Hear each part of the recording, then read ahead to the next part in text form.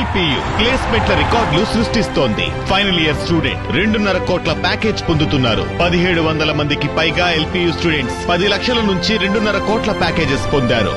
విద్యా విప్లవం ప్రారంభమైంది లవ్లీ ప్రొఫెషనల్ యూనివర్సిటీలో.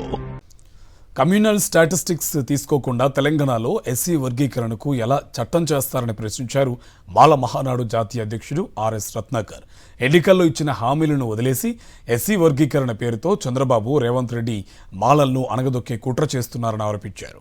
ఎస్సీ వర్గీకరణకు వ్యతిరేకంగా కాకినాడ కలెక్టరేట్ వద్ద మాల మహానాడు క్యాండిల్ ర్యాలీ నిర్వహించింది.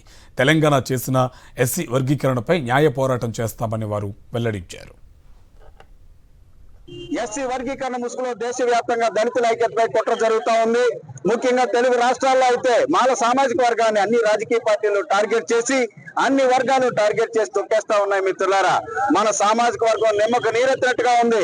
ఎవరిలోని చలనం లేదు. మిత్రులారా, మనం మాట్లాడకుండా ఉంటే, ప్రజాస్వామ్యత పోరాటం చేయకుండా ఉంటే, దీనిపైన మనం రియాక్ట్ కాకపోతే మన సామాజిక వర్గం చరిత్రలో ఒకప్పుడు ఉండేదని చెప్పుకునేటటువంటి పరిస్థితి వస్తాయి. మిత్రులారా, మాల ఉద్యోగులారా, pay back to the society అన్నారు అంబేద్కర్.